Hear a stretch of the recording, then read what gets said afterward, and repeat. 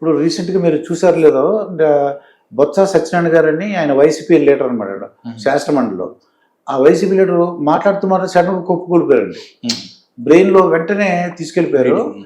ఏం జరుగుతుంది అంటారు డాక్టర్? సో ఒక హైపర్ టెన్షన్ కాకుండా బ్రెయిన్ లో బ్లీడింగ్ అయ్యటానికి వేరే ఒక very important very common thing is aneurysm అంటారు. ఎన్యూరిజం అంటే బ్లడ్ ట్యూబ్స్ లో చిన్న అవుట్ పౌచింగ్ అవుతుంది, చిన్న అవుట్ పౌచింగ్ లాగా. అది సడన్ గా బ్లీడ్ అయింది అనుకోండి, అది సడన్ గా ఇంత పెద్ద బ్లీడ్ అవుతుంది. సో పేషెంట్ అక్కడ కొలాప్స్ అయిపోతారు. సో బ్రెయిన్ ఎన్యూరిజం కూడా చాలా ఇంపార్టెంట్, డేంజరస్ కాజ్ అది. అది మనం ఇంతకుముందు లేకపోతే ఈ యాంజియోగ్రామ్స్ తో చూసుకోవచ్చు ఉందో లేదో. అండ్ ఒకసారి బ్లీడింగ్ అయితే మనం వెంటనే హాస్పిటల్ తీసుకెళ్తే దాన్ని ఈజీగా మనం లోపల నుంచి కాయిల్ వేసేసి దాన్ని బంద్ చేసేయచ్చు. So it is treatable. Okay, మనం చికిత్స ఉంది, దానికి చికిత్స డెఫినెట్ చికిత్స ఉంది. ఫుల్ చికిత్స, ఆపరేషన్ కూడా చేయొచ్చు, చేసి తీసేయచ్చు. ఆర్ ఆపరేషన్ వద్దంటే మనం లోపల నుంచి వెళ్ళి ట్యూబ్ వేసి దాన్ని బ్లాక్ చేసేస్తాం. ఒకవేళ ఆపరేషన్ చేసిన తర్వాత తన రోజు వారు తీసుకునే పనులు ఏమైనా తేడా ఉంటుందా డాక్టర్ గారు? లేదు, ఒకసారి స్ట్రోక్ క్లియర్ అయిపోయి బ్రెయిన్ లో ఆ టైం ఎక్కువ డ్యామేజ్ కాలేదు అంటే ఆపరేషన్ అయిపోయిన తర్వాత with in a month patient complete normal అయిపోతారు.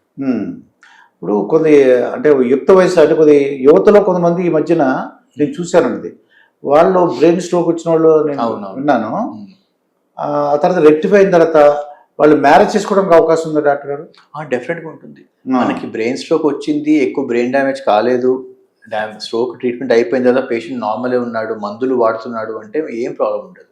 యూజువలీ మోస్ట్ 95% టైమ్స్ ఈ స్ట్రోక్స్ ట్రాన్స్మిట్ కావు ఫ్యూచర్ జనరేషన్స్ కి. సో మనకి అట్లా ప్రాబ్లమ్స్ ఏ ఉండవు.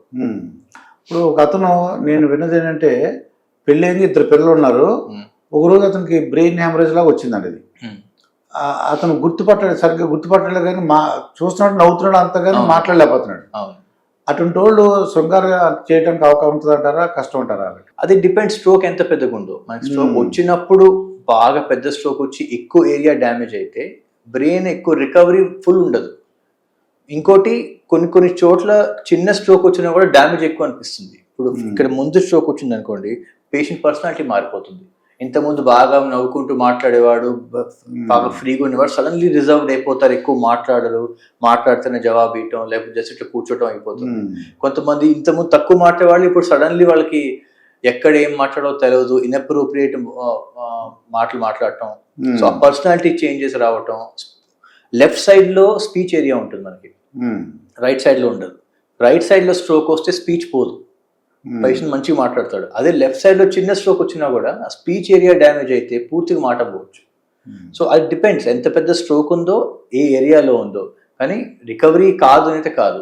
ఇంతకుముందు అనుకునే ఒకసారి వచ్చేస్తే రికవరీ కాదు, అట్లా ఏమి ఉండదు. చాలా మంది మంచి రికవరీ అవుతారు. నాకు తెలిసిన ఆయనకి అప్పుడు 60 years 62 years ఉన్నాయి డాక్టర్ గారు. ఏదో భాష మాట్లాడేవారు. నేను తెలుసు, నాతో మాట్లాడాలనుకుని ఏదో భాష మాట్లాడుతున్నారు. అప్పుడు డాక్టర్ గారు తీసుకెళ్ళామండి. ఏంటి ఏమంటారు డాక్టర్ గారు? అది దీన్ని జార్గన్ స్పీచ్ అంటారు. జార్గన్ స్పీచ్ అంటే మన స్పీచ్ ఏరియా ఉంటుంది బ్రెయిన్ లో. స్పీచ్ ఏరియాలో కొన్ని ఆస్పెక్ట్స్ ఉంటాయి. మీరు చెప్పేది నేను అర్థం చేసుకొని దానికి కరెక్ట్ జవాబు ఇవ్వాలి. అండ్ మాట్లాడేటప్పుడు మన లాంగ్వేజ్ ఫ్లో ఉంటుంది ఒకటి. ఇప్పుడు ఈ వర్డ్ వాడాలి, ఆ వర్డ్ వాడాలని. కొన్ని ఏరియా డ్యామేజ్ చేసినప్పుడు ఫ్లో బాగానే ఉంటుంది, మాట్లాడుతూనే ఉంటారు, కానీ వర్డ్స్ అని తప్పు ఉంటాయి, సెంటెన్స్ తప్పు ఉంటాయి. ఏదో వర్డ్స్ వాడతారు, పెన్ బదులు రెన్ అంటారు, హెన్ బదులు పెన్ అంటారు, వాచ్ బదులు గాచ్ అంటారు. సో దాంతో భాష మారిపోయి అనిపిస్తుంది, ఎందుకంటే ఆ వర్డ్ ఫార్మేషన్ డ్యామేజ్ అవుతుంది. ఫ్లూయెన్సీ బాగుంటుంది, మళ్ళీ మాట్లాడుతుంటే వేరే లాంగ్వేజ్ మాట్లాడుతూ అనిపిస్తుంది, అంత ఫ్లూయెంట్ గా మాట్లాడతారు, కానీ ఆ వర్డ్స్ అన్ని తప్పు ఉంటాయి. సో దట్ ఈస్ కాల్డ్ వర్నికేస్ ఎఫేజియా అంటారు దాన్ని. ఇప్పుడు అనిరుద్ధ్ అనుకోండి, కడకథ ఏంటి అనిరుద్ధ్ కదా, డాక్టర్ గారు అనిరుద్ధ్ అని అనుకో, ఓ కడకథ.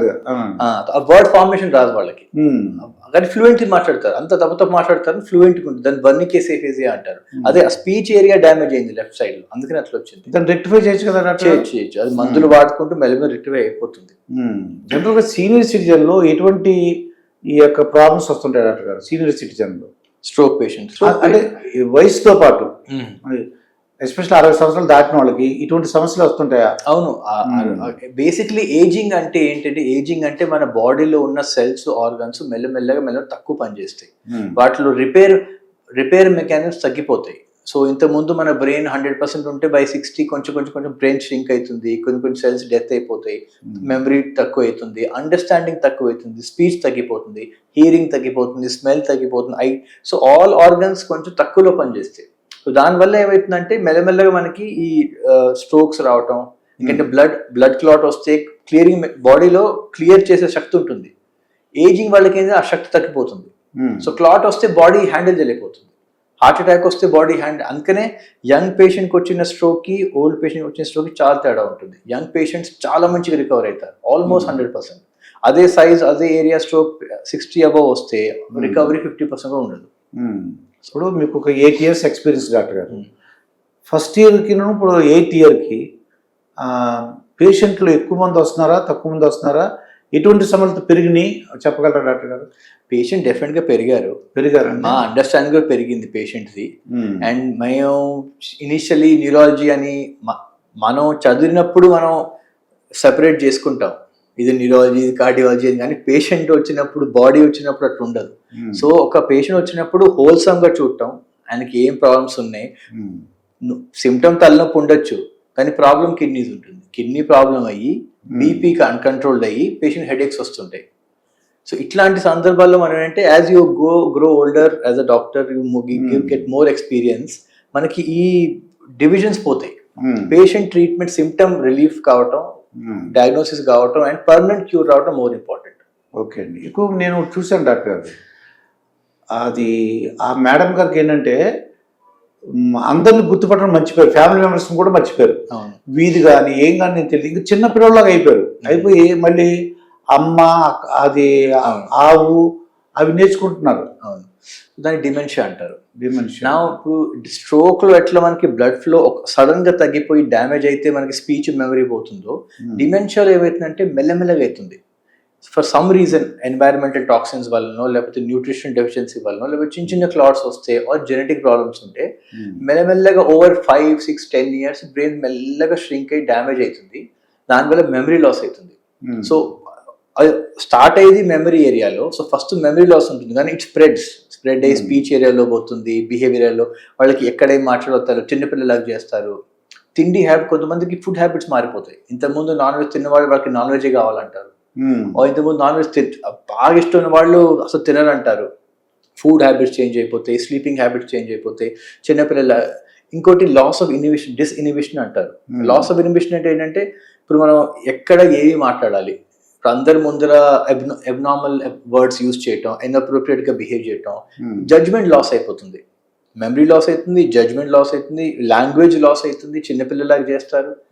అండ్ బయటికి పోతే దారి తప్పిపోతారు, మార్కెట్కి పోతారు, దారి తప్పిపోతారు, ఎవరో తీసుకురావాల్సి వస్తుంది. ఇంట్లో రాత్రి లేస్తారు, బాత్రూమ్ పోవటానికి కిచెన్ లోకి వెళ్ళిపోతారు. ఇట్లాంటి ఆల్ డొమైన్స్ ఆఫ్ బ్రెయిన్. మనకి స్పేషల్ మెమరీ, పేర్లు, కొంతమంది ఎట్లుంటుంది, ఇంట్లోకి జనాలు వస్తారు, వాళ్ళు తెలిసి ఎవరు కానీ పేర్లు రావు. లాస్ ఆఫ్ ఫేషియల్ రికగ్నిషన్, పేర్లు మొహం చూసి గుర్తుపట్టలేరు వాళ్ళు ఎవరు. సో ఇట్లా చాలా మంది ఉంటారు, దాన్ని డిమెన్షియా అంటారు. Dementia is a very slowly progressive degenerative brain disorder.